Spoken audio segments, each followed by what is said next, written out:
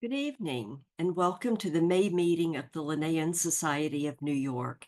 I'm Debbie Mullins, a member of the Board of Directors, and I call this meeting to order. Tonight is our last meeting of this program year, and we are definitely ending on a high note.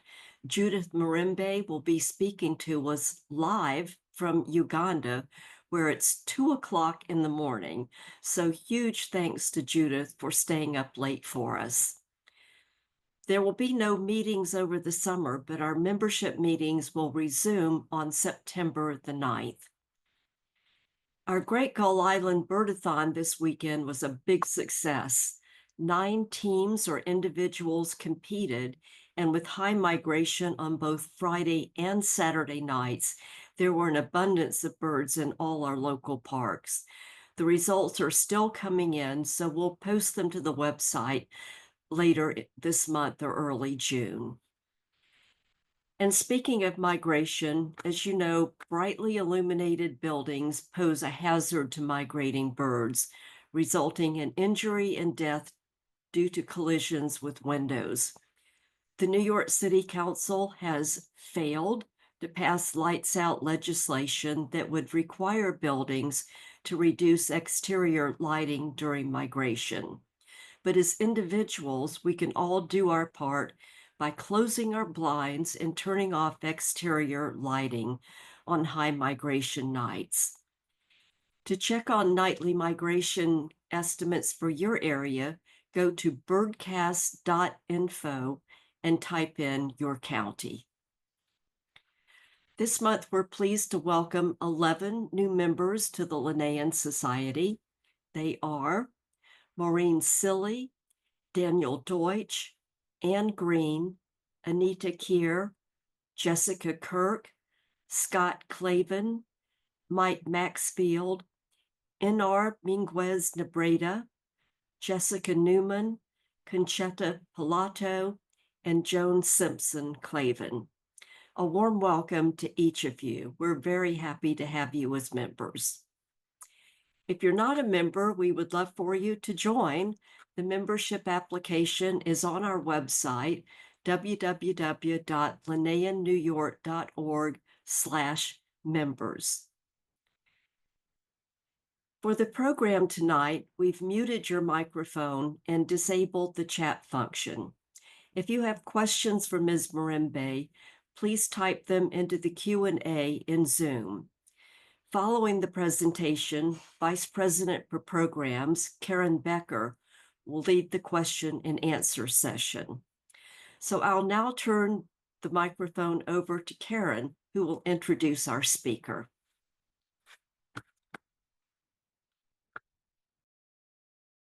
Hi, I'm delighted to introduce Judith Mirembe.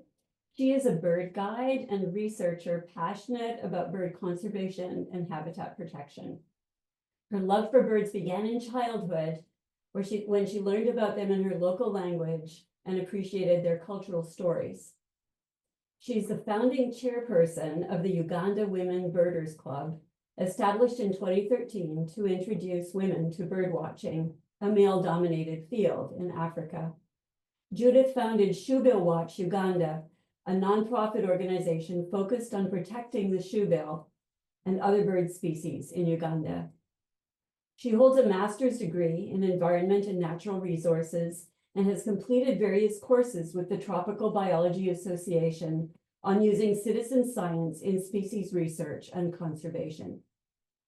From 2016 to 2019, she worked with Nature Uganda as the research and monitoring coordinator, overseeing bird population monitoring.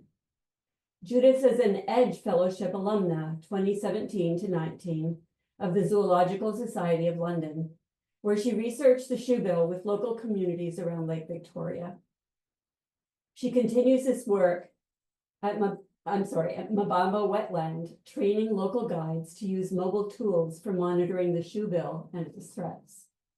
Judith also edits the Birdwatch newsletter, focusing on Uganda's birdwatching sector. So welcome, Judith. We're delighted that you're joining us, and let's begin.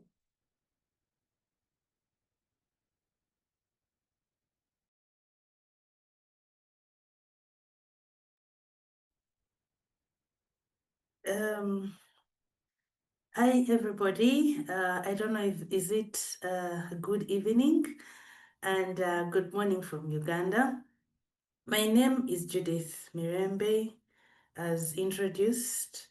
I am a bird watcher, I'm a bird guide, I'm a researcher, and the founding member of the Uganda Women Birders Association. So the Uganda Women Birders Association is an initiative to introduce women into bird watching. Looking at Africa, there's a lot of limitations that limit women from bird watching, from research, because all this is a male-dominated niche. But we've seen the number of women increasing. I am proud to be one of those that took up the niche, and surely I am very happy in this place. So I'm going to take you on a journey of shoebills in Uganda. And a shoebill,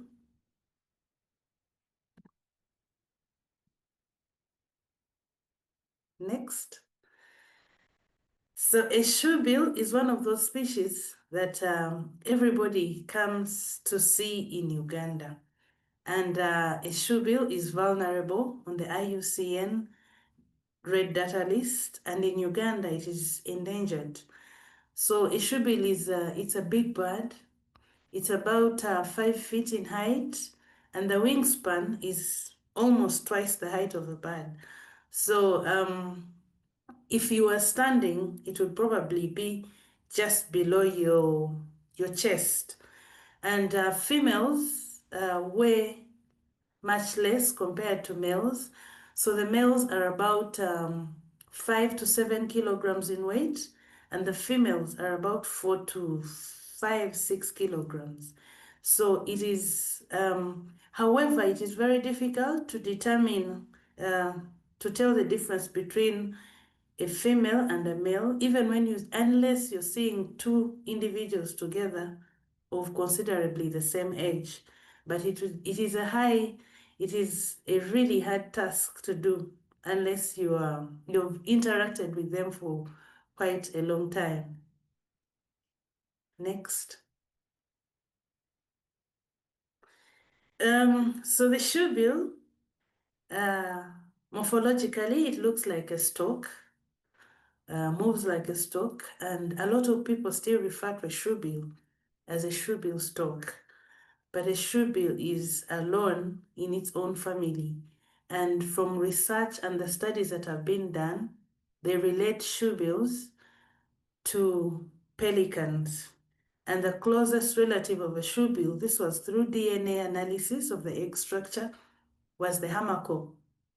So a hammerkop is also one of those birds that is endemic to Africa that you'll only see in Africa. So as you can see, the two birds together, you realize the structure of the bill is the same. The nasal cavity, they have a sharp pointed bill. And well, the heads, maybe even the heads are close, but not that close. So the hammerkop is the closest relative of a shoebill. Unfortunately, hammerkops will only forage in wetlands, not entirely. They do most of their feeding away from the wetlands, and they nest in trees, unlike shoebills that nest in the wetlands. Next. So the typical habitat of a shoebill is freshwater wetlands, and these wetlands must have floating vegetation, and the vegetation should be able to carry the weight of the shoebill. So they are solitary, highly solitary, and they will only come together. You'll only see a couple when you see them pairing, only when it's breeding time. But most of the times you'll just find an individual in at least 1 or 2 square kilometers. You're only seeing one individual. Shoebills are non-migratory. So we don't see shoebills move like we see the other migratory birds flying thousands and thousands of kilometers away from their native range. So shoebills will only make short movements to look for food and optimal nesting sites. So also something really interesting about the shoebill is they are boring. Someone will say they are boring because they don't make any sound. Most of the times you'll see it standing still, and the only time they make noise, they will do a bit of bill clattering. So the bill clattering is they put the bills together and it's like a machine gun, and that is usually done to assert dominance. It is a form of greeting. It's a display for courtship pairs at a nest. It is a communication between the young and the adult shoebills. You rarely see them do this unless for those instances that I've mentioned. Shoebills do not swim by virtue of the structure of their feet. Their feet are not webbed, but they have very long toes that help them to balance while moving on this floating vegetation. Next. So we have at least 5,000 to 8,000 individuals of shoebills globally, and these are spread across tropical Africa from South Sudan. We have Uganda, we have Democratic Republic of Congo, we have Rwanda, we have Burundi, Tanzania, and Zambia. And South Sudan has the highest population. Unfortunately, because of the turmoil, the political instability in South Sudan, there's few tourists that actually go to South Sudan to see the shoebill. And then in Uganda, we are lucky to have the shoebill in at least 12 of the important bird areas. So we have a total of about 34 important bird areas. And the shoebill can be seen in at least 12 of these important bird areas spread across the country. As you can see on the map, we have quite huge populations along the Nile River and around the Lake Victoria.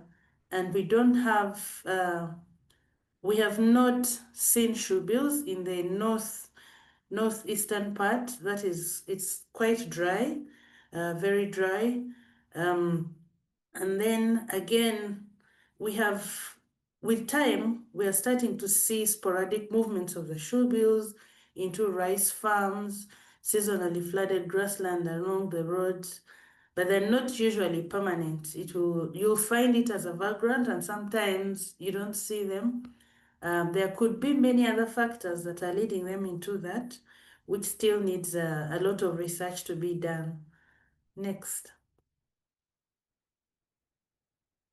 So talking about a shoebill, the delicacy of a shoebill is a lungfish, but they can also eat other prey like catfish. They can eat snails, frogs, young crocodiles. I know there are lots of videos on YouTube. Some people will say shoebills eat ducks. By the structure of their bills, I don't think they can eat ducks or baboons like YouTube speculates sometimes. So the lungfish in the local language is known as mamba, a mamba.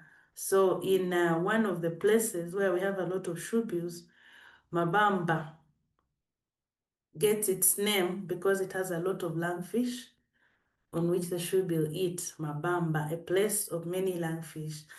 So shoebills like to feed in shallow waters, and this water should have floating vegetation which is able to carry the bird's weight. So the reason they prefer floating vegetation is because of their principal prey, the lungfish. So the lungfish occupies poorly oxygenated areas because it's able to stay alive without oxygen for a long time. But when they come out to breathe, the lungfish, the shoebill uses the opportunities to grab them. And a lot of times you will see a shoebill catch prey in unbelievably, you'll see a lot of vegetation, and it's very hard to tell how this is done. So the shoebill swallow the fish whole, and they use the hook at the edge of the bill to get a firm grip on slippery prey. They use the sides of the bill, which are razor sharp, to crush the fish as they take it in. and some of the hunting techniques. So they'll stand and wait. They're quite patient, really patient birds. They can hunt for over 2 hours and it will stay motionless in one place unless threatened or disturbed. And other times they will stalk the prey or they walk slowly around an area where they expect to catch fish. So that is about their feeding habits. Next. So on the left, his name is Shakul. Shakul is carrying, you could say, fully grown lungfish. So a lungfish could, a fully grown one can go up to 4 feet tall. But definitely it's not what the shoebill will typically eat. So the shoebill will eat something at least 6 centimeters. And the prey that they eat, sometimes when they grab it, it comes with a lot of vegetation in the mouth. So they have in the bill. So they have to dip the bill back to release the vegetation and then pick out the fish, which they will then swallow, as you can see in the next picture. Next, please. So this is the typical habitat of a shoebill hunting. And yeah, enjoy the video.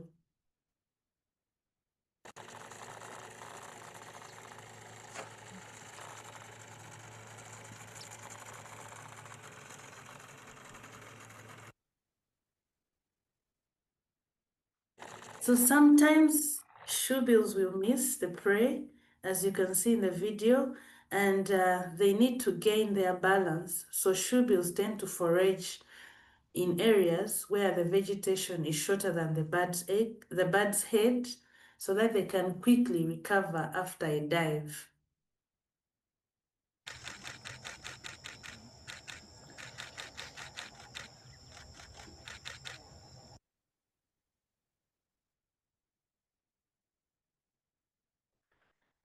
And this video, the next video, this is a shoebill eating a tilapia. This was recorded at the zoo, the Uganda Wildlife Education Center. The previous video was from Mabamba Wetland. So this particular video of the shoebill, the previous one, it was eating a lungfish. The shoebills at the zoos are fed on tilapia, and some of the challenges they face while taking the tilapia, because tilapia has fins, one of the challenges they face is they choke and oftentimes have to bring it back and then they swallow properly to avoid choking.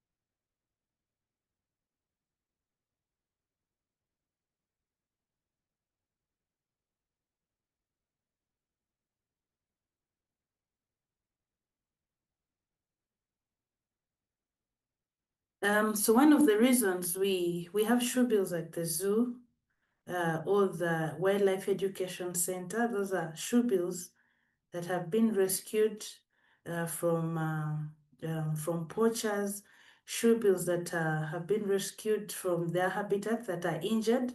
So they rehabilitate them. When they are fit, they return them to the wild.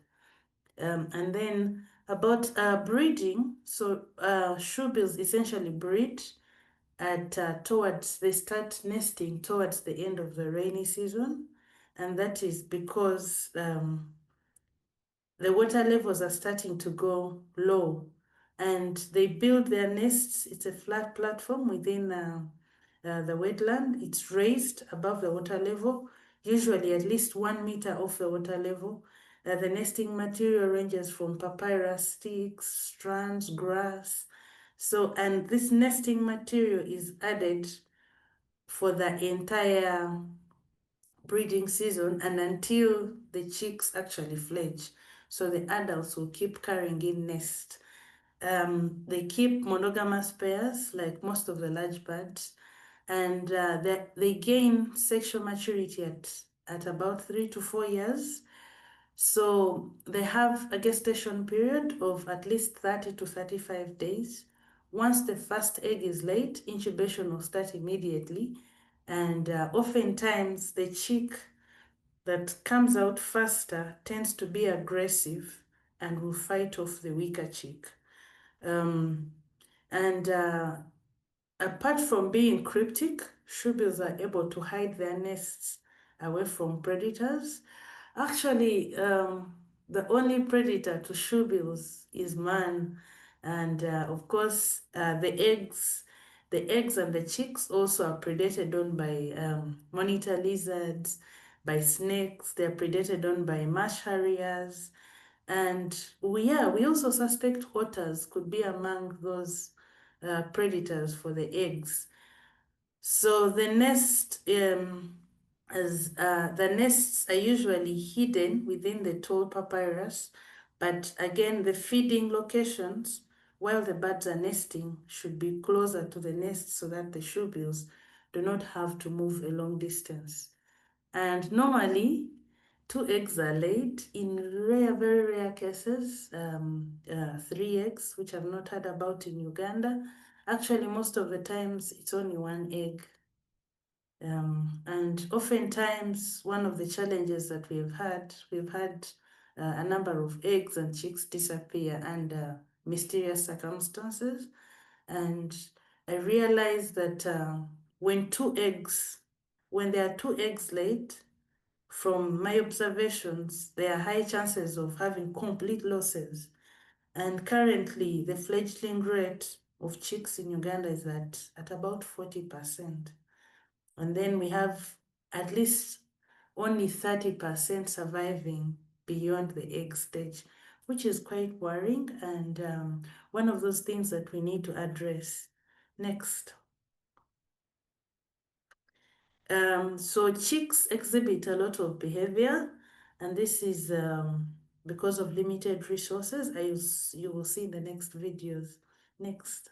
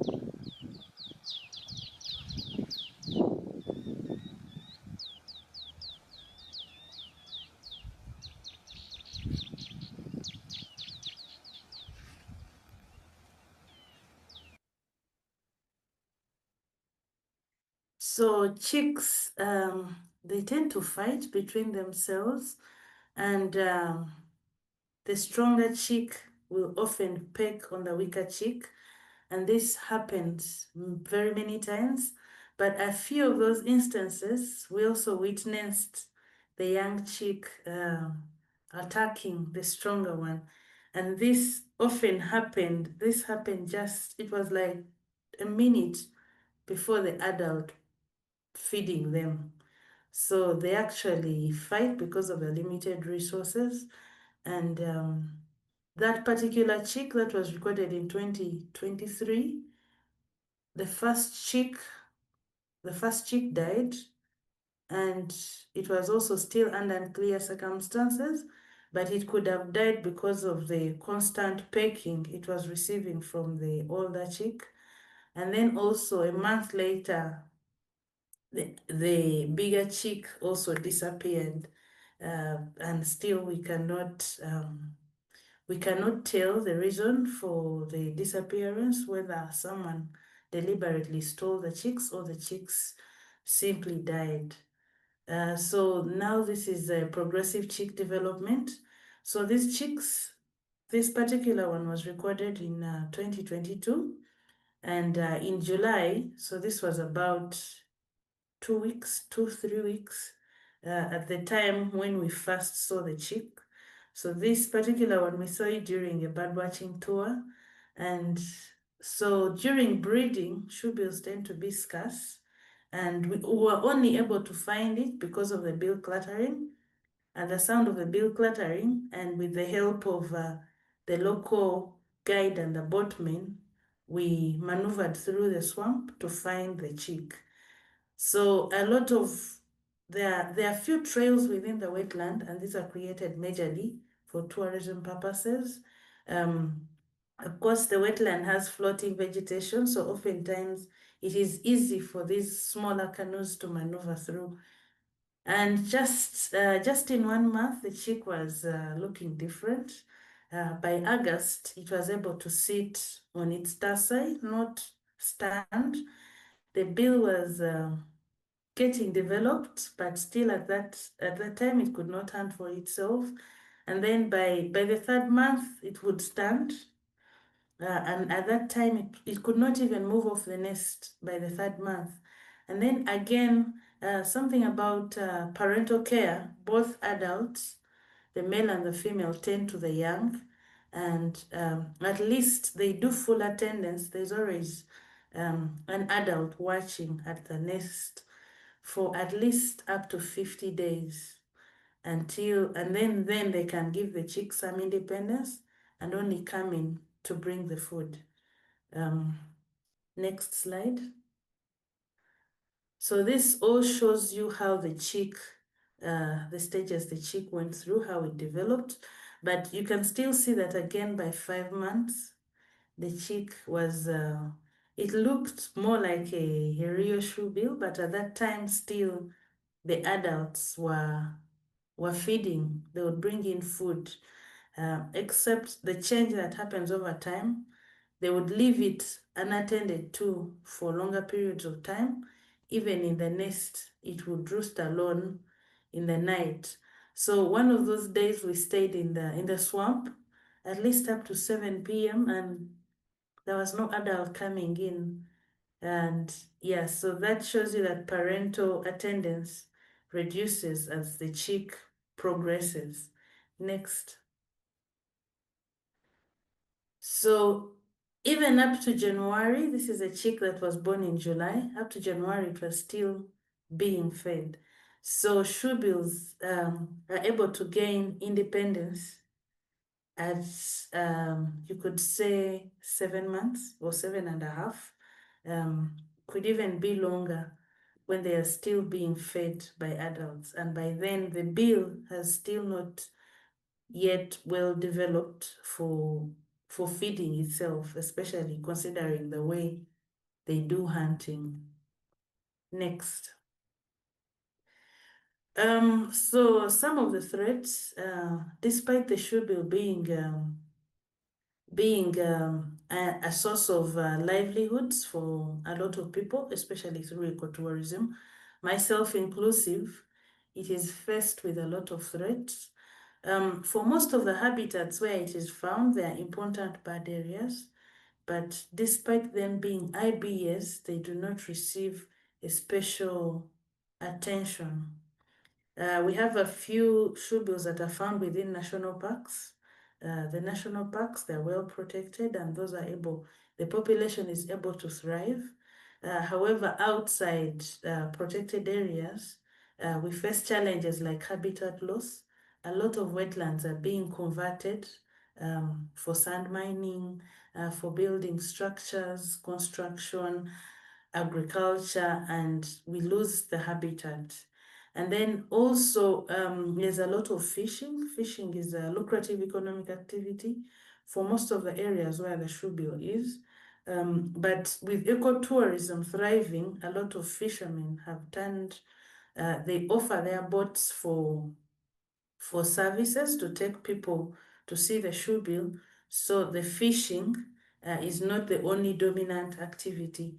But again, fishing, when you have so many fishermen on the lake, and also in the wetland, they tend to flush the shoebill, being that it's a shy bird, and oftentimes they are found within the same location because they are both looking for fish. So they'll often find themselves on the edges of a wetland where the fish are breeding. So because of that competition, oftentimes the fishermen will flush the shoebills away. And then we have wetland banning. So the banning is done for a number of reasons. It's done by hunters. Hunters ban to create pathways through which they can access the Sitatunga. So Sitatunga is also a globally threatened antelope. It's very shy and inhabits wetlands. Surprisingly, I've never seen one in the wild. That's how rare they can be. And they also ban the wetland so that new pasture for these Sitatungas can sprout, so that the Sitatungas are able to come out and feed, and then they hunt them. And in the process of burning, wetlands can burn easily because of methane. So once ignited, a wetland, expanses of wetland will quickly burn because of the methane. So of course, in the burning, we lose shoebill chicks, we lose eggs. When the temperatures of the waters occur, they alter the ecosystem, and so we lose a lot. We lose the prey for the shoebill, we lose shoebill chicks, we lose nests, and of course we cannot calculate how much of a loss we make, but we know it's a big loss. And then we have illegal trade, international illegal trade. So the shoebill is in Appendix 2 of the Convention in International Trade on Endangered Species. So trade in shoebills is prohibited. But however, people want to keep shoebills as entertainment in international zoos. And many times the eggs and the chicks are trafficked because people want to have these shoebills for entertainment in the zoos, international zoos. So shoebills are not hunted per se for food, but the hunting is the hunting of the Sitatungas, in which shoebills also, the loss of shoebills will occur because of the burning of the wetland. And then we have unregulated ecotourism. Ecotourism is good, and it's one of those that we really look forward to revive the population of the shoebill, because if money from ecotourism can be reinvested for research and to conserve the shoebills and to enforce the laws, then we have more shoebills thriving. But when you have, again, tourists that you cannot control, whose numbers, if these numbers are overwhelming to the swamp, especially to the breeding areas, then you don't have, they will alter the behavior of the shoebills.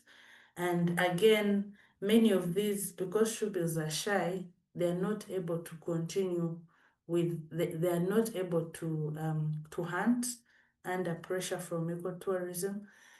And then we have grazing. So in many seasonally flooded wetlands, you have cows, goats, sheep that trample over shoebill eggs, shoebill nests, and chicks.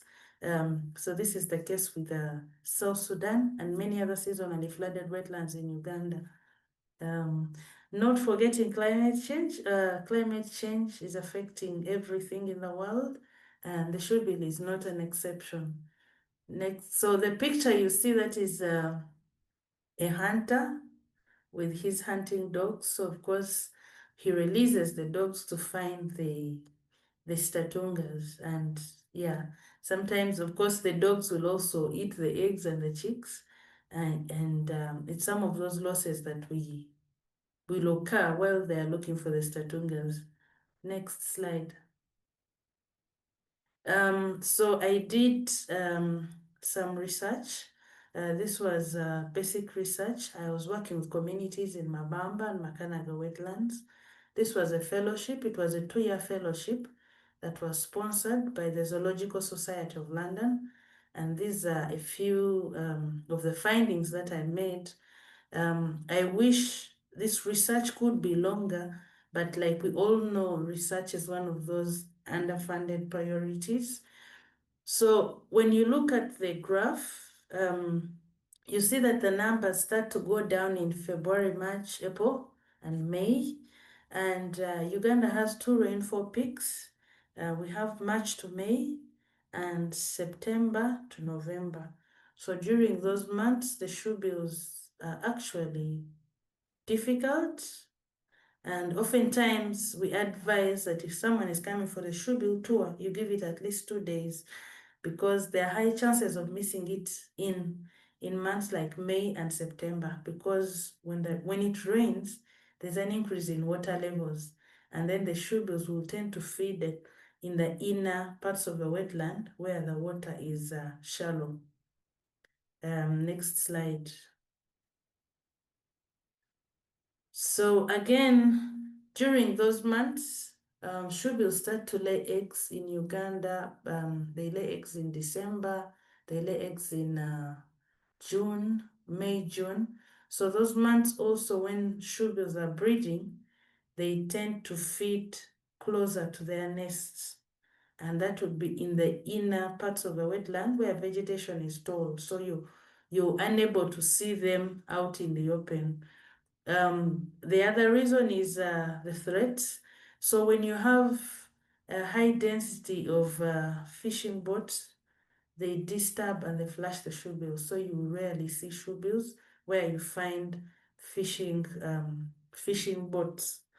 And then the shape of the wetlands. So wetlands that are in a circular view, that is the case of Makanaga. Makanaga is kind of in a circular view, so you don't have channels that are penetrating in the inner parts of the wetland. We were seeing fewer shoebills compared to Mabamba, which has channels that go deeper into the wetlands. So those shoebills sometimes would be found along the channels instead of the main wetland edge. Next.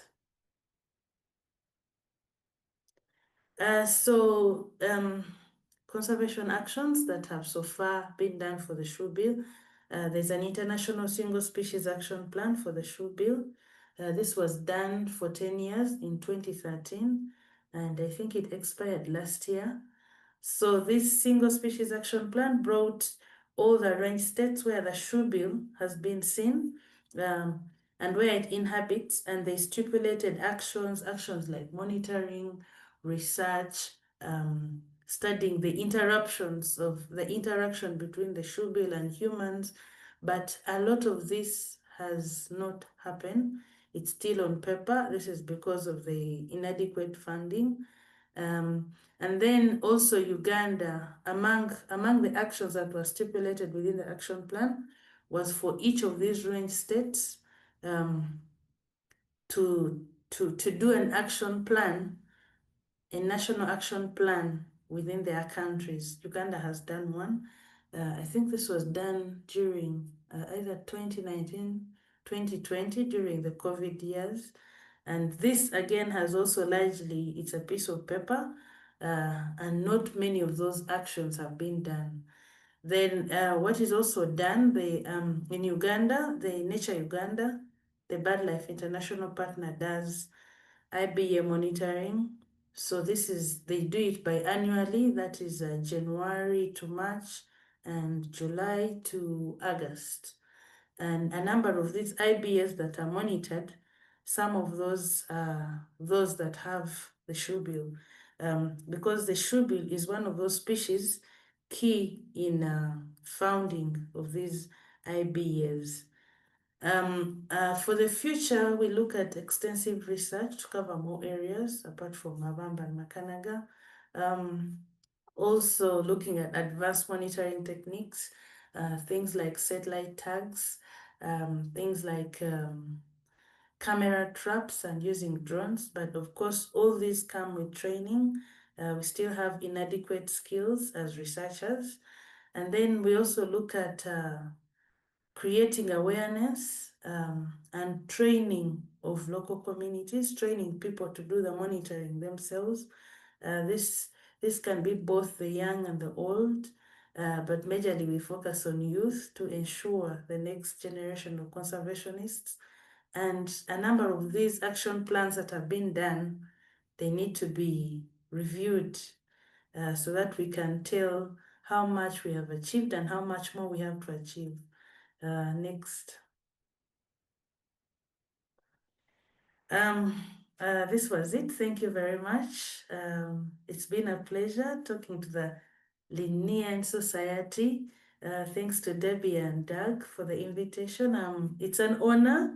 I love to speak about the Shoebill, and I would do it anytime invited, because it's one of those species that has no information about it and yet very charismatic. So I love to talk about the Shoebills anytime I have the time to do it. Thank you very much.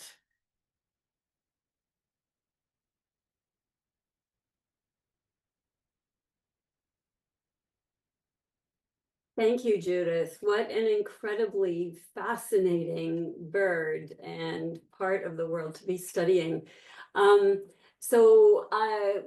One question for you is, how is climate change harmful to shoebills?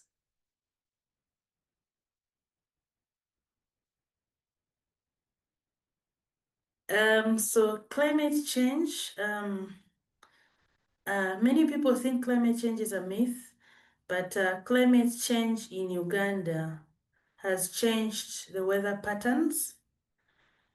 We have longer dry spells, and also when we get rain, the rain is a lot. We get there's flooding in a lot of these wetlands, and when you have flooding, then the shoebills will migrate to find better habitats where there is shallow water.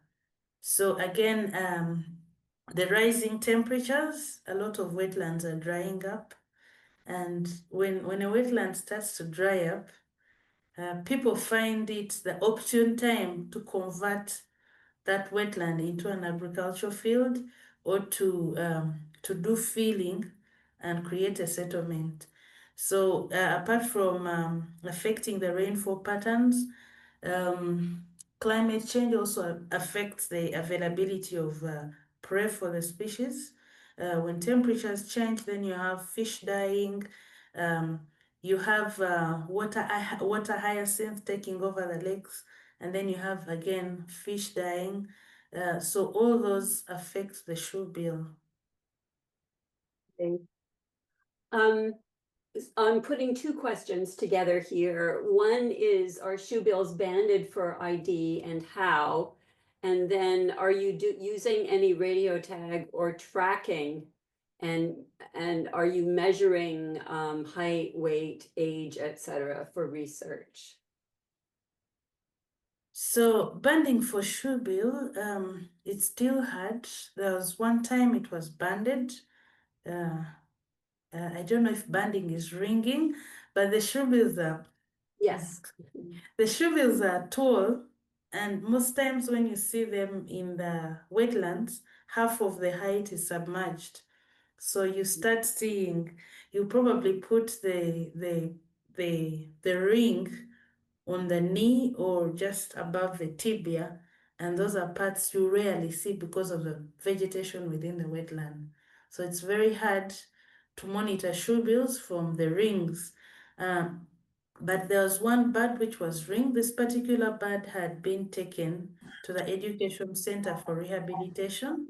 So when they returned it back to the wild, they put a ring on it, but it was very hard to actually see that ring because of the nature of habitats.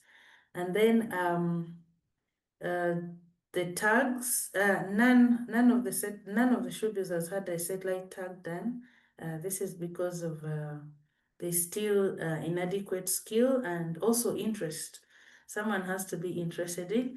Well, I'm interested in putting the satellites, but I have no funding, I have no skills.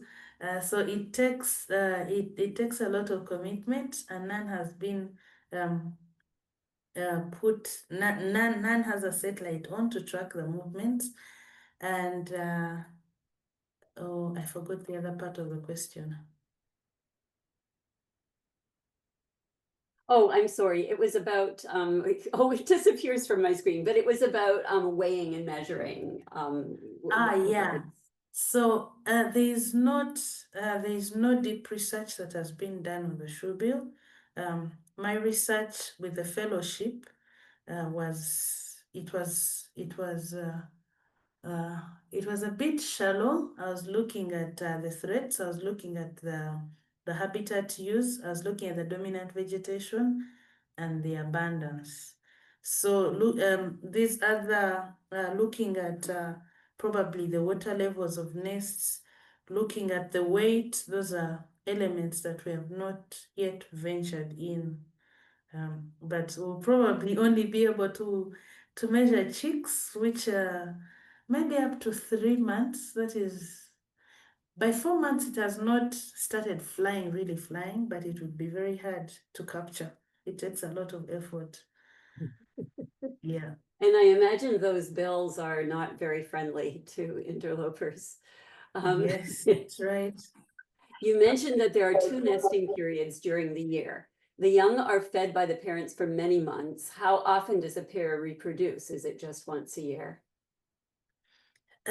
Well, some literature says a pair is able to reproduce once every 3 to 5 years. But looking at how long it takes to raise for the young ones to fledge, you could say young one fledges at almost 8 months or a year. So I would think that they actually produce every year. A couple is able to produce every year, looking at how long the young ones take to fledge. Fabulous talk. Do you have information on the lifespans of shoebills in the wild or in captivity? So in captivity, some are known to have lived up to 60 years, so it's 50 to 60 years. And then in the wild, there's one that has lived up to 35 years.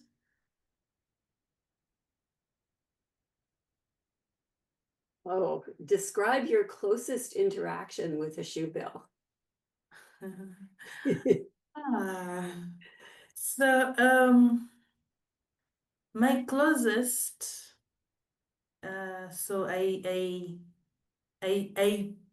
run Shoebill trips quite often, and I do this at least a month.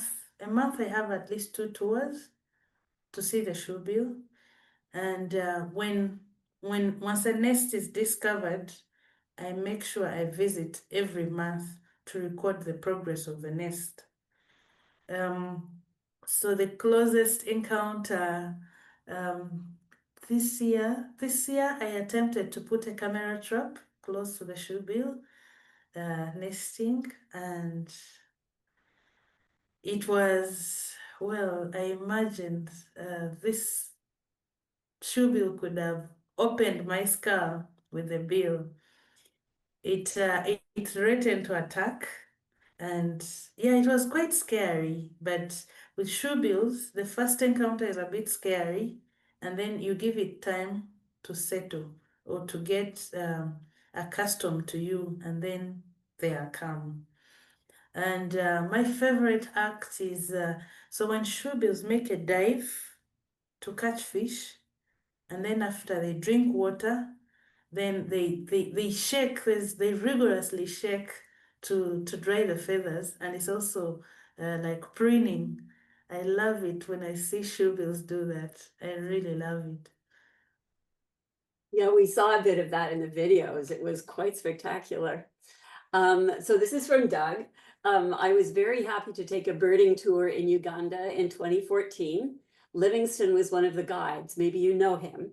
I was excited to see several shoebills. One was soaring, as storks sometimes do. Shoebill is related to storks, but storks do not seem to make vocalizations, only clattering the bill. Do shoebills make vocal sounds?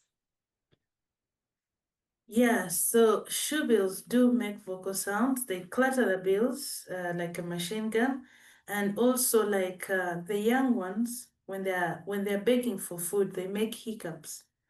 They make hiccups, and then sometimes you have those silent groans. You have to be close, and the groans will normally be between the young ones and the adults at a nest. Those are rare moments that you see because most of the times you find a solitary bird. So people would imagine the shoebill doesn't make any sound at all, but they do make sound. But it's a treat if you hear them. Do you use drones to track or find the birds? So finding the birds is we use majorly the local knowledge. So we use local guides, we use local boatmen, we use the fishermen. So they have a close network where if the first guide, they will make phone calls to say, I've seen the shoebill here, and oftentimes where you leave it the previous night, where you've left it to roost, is where you start off the next morning. So drones are not a common thing in Uganda. First of all, the bureaucratic tendencies, getting a drone cleared and not cleared by the Air Force. It's a bit hectic. It's hectic of a process, but people majorly use the drones for photography, not tracking the shoebill. It's still one of those techniques that we have not ventured in, but that would be very productive, especially in telling these populations of this bird that has little known about it. Yeah, I would imagine when they're hiding deep in the wetlands, when things have dried up in their usual areas, that would be useful. Oh, how long have shoebills been existent? Are they the national bird of Uganda? Well, shoebills are not the national bird of Uganda. I don't think there's any country that has a shoebill as a national bird. And their existence, I am not sure. I need to check that one. Do you have a recording of the bill clattering? Yes, I do. I have a recording of a bill clattering, but maybe oh, the videos the videos are scattered, so I may not be able to locate it now, but maybe when I do, I'll share it with Karen so that you can circulate it in the group. Perhaps I can find one while we're talking, because I imagine that our ability to search something up quickly with our connections may happen more readily here. Fantastic talk, thank you. I was very impressed by the local guides in Mabamba. I'm sorry, I want to say Mabamba, and that's not correct. Mabamba. How are they working together with others to protect the shoebills? I beg your pardon? How are the local guides in Mabamba working together with others to protect the shoebills? Okay, so one of the things that local guides do, so because they earn livelihood out of taking tourists to see the shoebill, they guard it jealously and they watch out for any threats. So they report threats, they report sightings of the shoebill, they report sightings of the nests because of the strong attachment and the network that I've built with them and the friendship. I'm able to get that information. So initially I had put a Kobo toolbox for them to report the sightings, and they would report the sightings through the phone and the dominant vegetation, both in the local or the English names. Unfortunately, this was not able to carry on because with local communities, they need constant motivation. They need incentives like t-shirts, water bottles, branded water bottles, and they need work. So they tend to get fatigued quickly. So then I set up, I agreed with their leader to set up a WhatsApp group. So through the WhatsApp group, they would report the sightings of the nests. But again, this also, after some months, died out. They got fatigued, and but they still, at least I get the information about the breeding. I get the information about the sightings, and yeah, and again, the local guides participate in monitoring. They volunteer. So many times when we are conducting these population studies, you have the local guides on the team that take you to where the birds are found, that tell you the most recent behavior or the threats that have come up. So that is one of the stuff that the local guides do. Well, it sounds like they're super important partners for you. I'm Yes, going they to play are. the clattering. I don't know how well this will come across to people.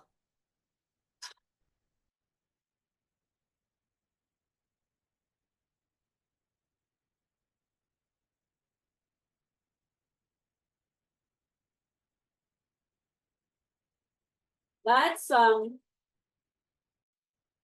it sounds like somebody has an actual machine gun. Does that sound right to you, Judith? We didn't get to hear it, Karen, sorry. Oh. Did something? I will try once more, but I'm not going to belabor this.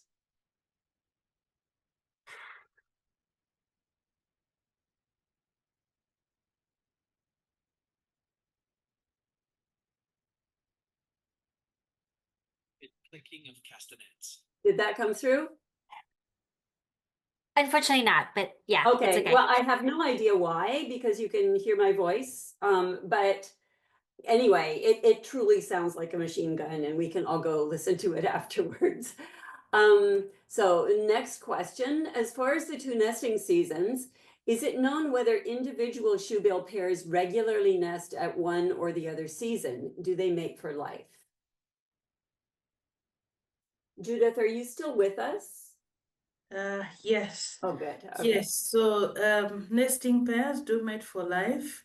And about locations, I would also say that shoebills, a nesting pair, will use the same location or the what should I call it? The same local area, like close, the nests are close to each other. Not that they recycle the nests, they will always construct a new nest, but they tend to be in the same locality, same, so in Mabamba, you would say the same channel. Okay. Unfortunately, it's also still very hard to prove it. I only say it because I know they're territorial, and there are same places where you find the nests, similar locations, but I'm unable to prove it because I don't have a satellite on any of them that I can tell their dispersal, or I see how they spread out the nests. But something that I also noticed is when there's a loss of eggs or chicks, the pair tends to quickly breed again. And also oftentimes, if a nest is affected by water levels or sabotaged by water levels, it will still, the shoebill will still set up a nest closer to the nest that was disturbed, not very far away from the nest. Interesting. Shoebill eyes look cloudy. Do they have good vision and also hearing? Yes, shoebills have an excellent vision, and like any other birds, they have nictitating membrane. Did I say that right? I think so. Nictitating, isn't it? Yeah, so when the shoebills are young and when they're gaining sexual maturity, they have the deep yellow, it's orangey, it's almost orangey eyes. But as they grow and age, the eye is about creamish, whitish, about that. And they do have a clear vision. So when they're hunting, they use binocular vision, so they're able to scan. They're able to have a 360-degree angle of where the prey is, and at least out of 10 strikes, 6 are successful, if not disturbed. That's incredible. Yeah, if not disturbed, unfortunately, most of the times when they're foraging, of course, we're out looking as tourists, so we are looking and maybe, of course, with the noise, because they are sensitive to noise. With the noise, they tend to, it slows down their foraging abilities. They'll just stand and look. But when they have a comfortable distance, once they're able to establish that comfort, then they hunt. But most times when they're eating the prey, they tend to turn away from where the people are. Yeah. Can you speak about poaching?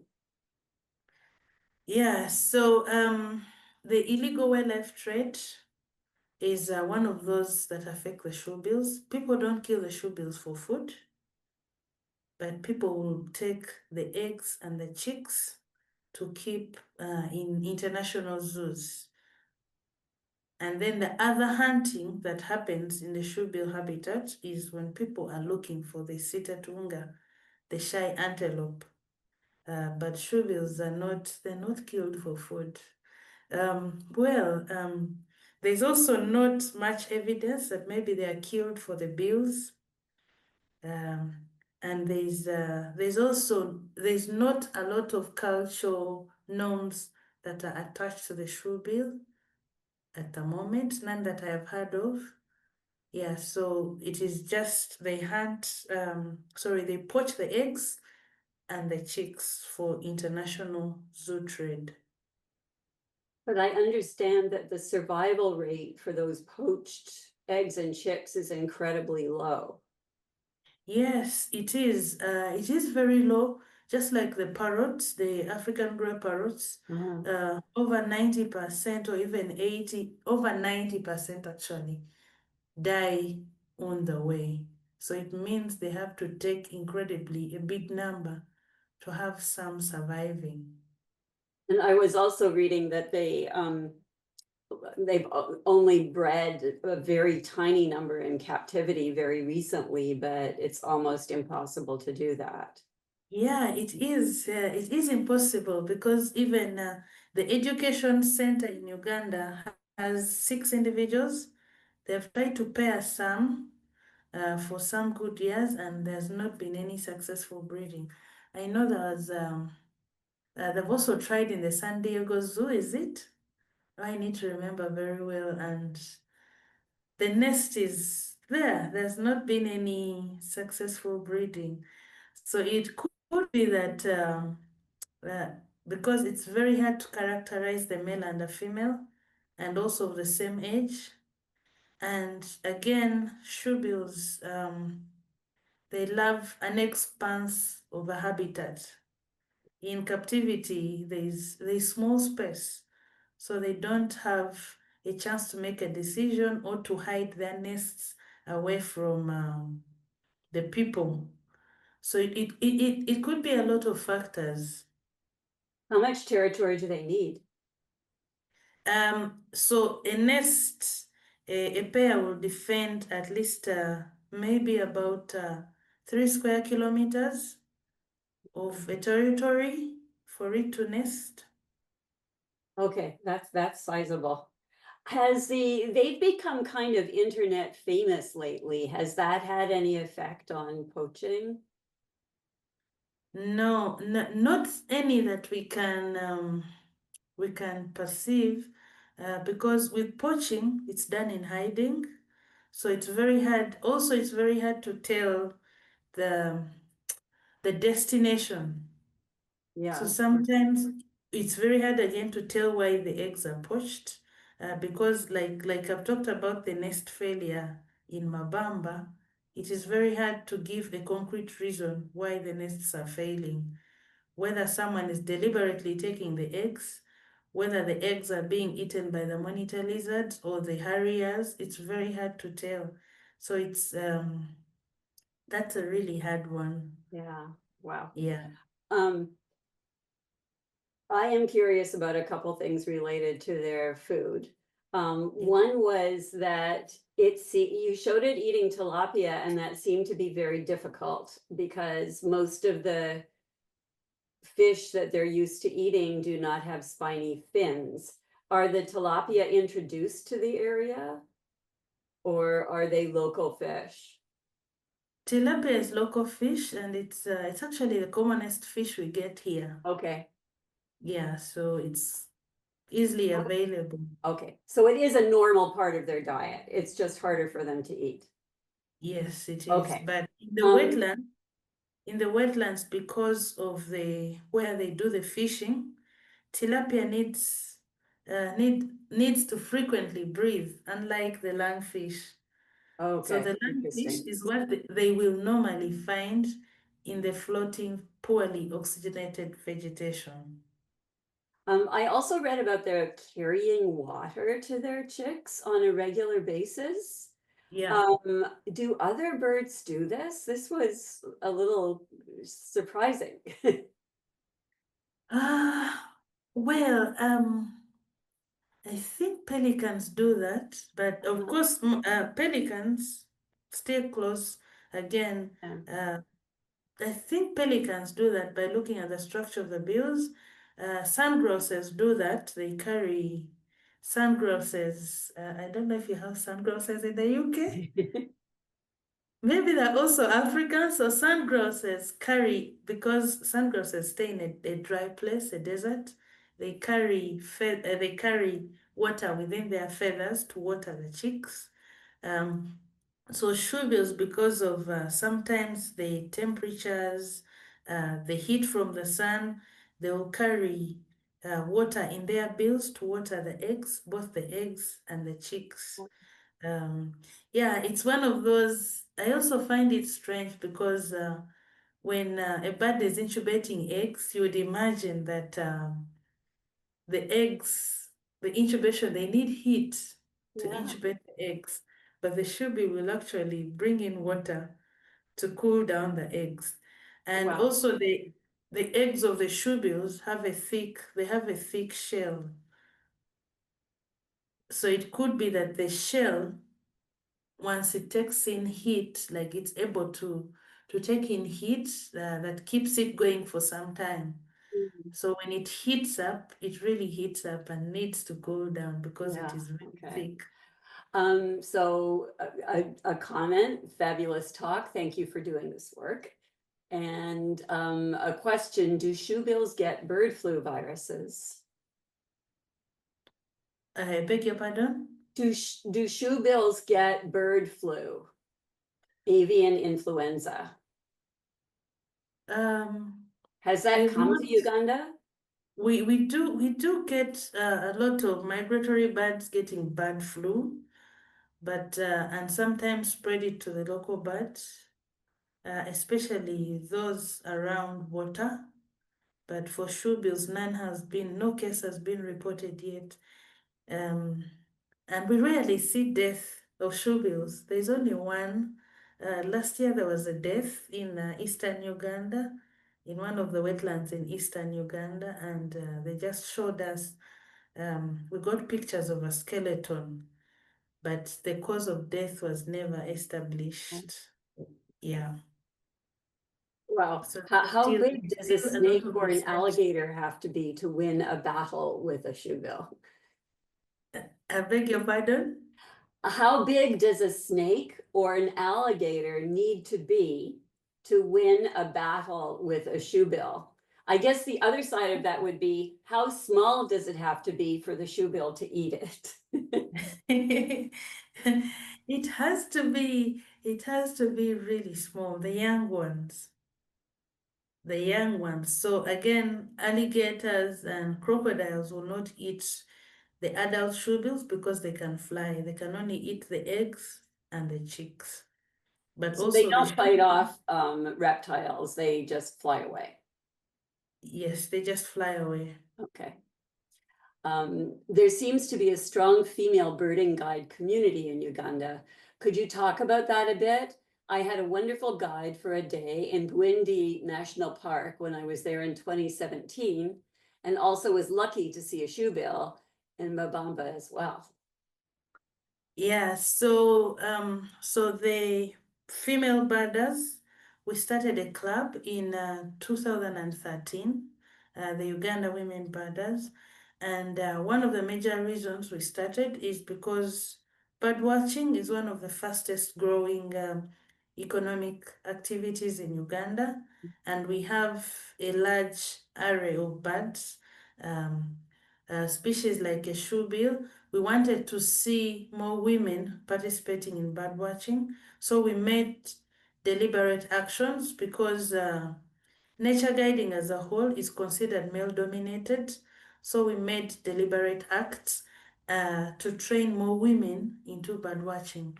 And one of the ways through which we did this was to get women that were already established within the bird watching environment. So that way back in 2013, we had very few role models that we looked up to. There could have been maybe like 2 female bird watchers. Maybe most of you have been guided by Harriet Kemigisa. She's one of the oldest female birders in Uganda. And so we got a number of women that were established within the industry, even as general tourist guides, and then we trained them to be bird watchers.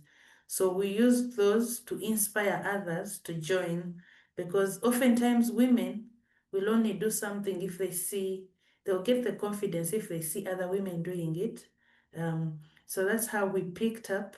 We got more women, we got donations from the Uganda Wildlife Authority, we got donations from international companies like Naturalist Journeys, we got Core Optics. So these binoculars and telescopes, we put them in a pool, and then the girls are able to borrow and return. So when you have equipment, then you have people joining. But again, we've had to fight off a lot of cultural perceptions and stereotypes. Perceptions like a woman should not wear a trouser, perceptions like women should just be home caretakers, should stay at home, should not have a job or stay away from the home for a trip. So those are factors that we still, up to now, we're still fighting and grappling with, but at least to some extent, we have seen the number of women increasing, and the tour operators have a lot of confidence in women because women can be trusted. Largely, women are honest, very honest people, and they will deliver on the job.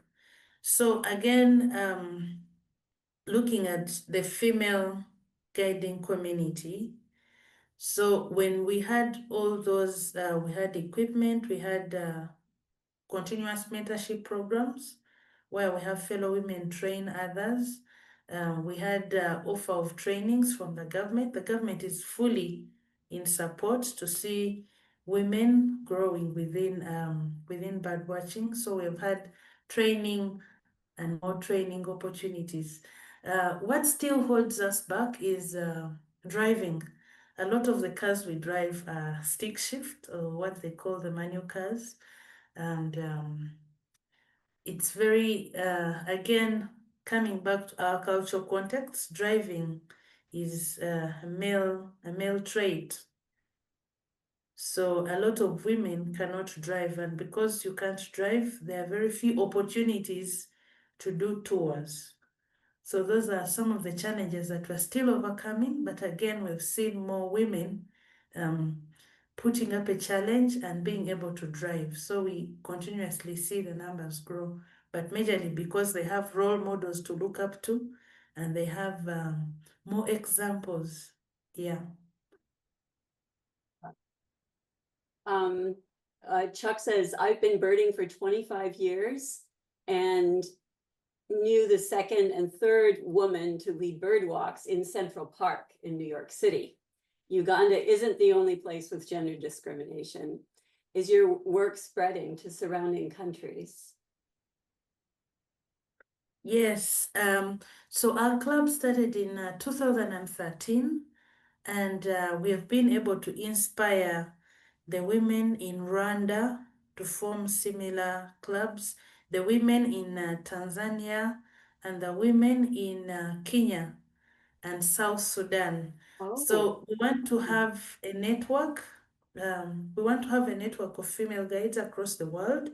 We recently started running the International Conference of Women Birders, and we are looking at bringing women guides, women birders, to share the challenges they face and to be able to learn from each other. So it's good to see this movement growing, and yeah, only the sky can be the limit. Chuck said hooray. And it would be marvelous if you could send us the information so that we could also share it with people that we might know in other countries. Yes. That's incredible. The funding for the International Species Action Plan, where does that come from? So a lot of the funding for the Species Action Plan, for the national one for Uganda, it was from the Ministry of Tourism, Wildlife and Antiquities for the Ugandan case. For the International Single Species Action Plan, I don't remember who the funder was. I don't remember if it was BirdLife International. I need to cross-check that, but it could have been the one. Okay, they had such an impressive agenda and list of action items, but of course, it takes a great deal of money to make a lot of these things happen. Well, this has been really incredible. Thank you so very much for sharing your research and your passions about shoebills and about women in birding. And I think a lot of people are planning trips in their heads right now, hoping to be able to see them firsthand. And again, thank you for staying up until practically the crack of dawn to spend time with us. It's a pleasure. I'm happy to do this again and again. Thank you so much. Thank you very much, Judith. Good night. Good night.